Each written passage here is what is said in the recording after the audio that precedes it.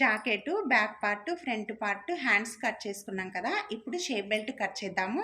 ఈ shape belt కోసం back part కింది సైడ్ ఎంత వెడల్పు ఉంటే మిగిలిన క్లాత్లో అంత వెడల్పు గుర్తు పెట్టుకోవాలి. పెట్టుకొని ఒక సైడు 3.5 ఇంచులు, ఇంకొక సైడు 3 ఇంచులు గుర్తు పెట్టుకోవాలి.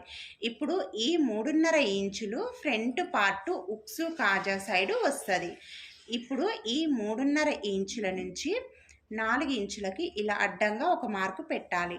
అక్కడి నుంచి ఆ 4 ఇంచుల నుంచి 1 ఇంచు కిందికి మార్కు చేసుకోండి. ఇప్పుడు ఈ 3.5 ఇంచుల నుంచి కిందికి 1 ఇంచు మార్కు చేసినాం కదా, దానికి కలిపి ఇప్పుడు 3 ఇంచులకు కలపాలి. ఇది షేప్ బెల్ట్. ఇది అయితే ఏ సైజ్ వాళ్ళకైనా షేప్ బెల్ట్ మార్క్ ఇలాగే చేసుకోవాలి. ఇప్పుడు బ్లౌజ్ కటింగ్ చూడండి. Back part, front part, hands, shape belt. నచ్చితే లైక్ చేయండి, ప్లీజ్ సబ్స్క్రైబ్ చేసుకోండి, అలాగే షేర్ చేయండి.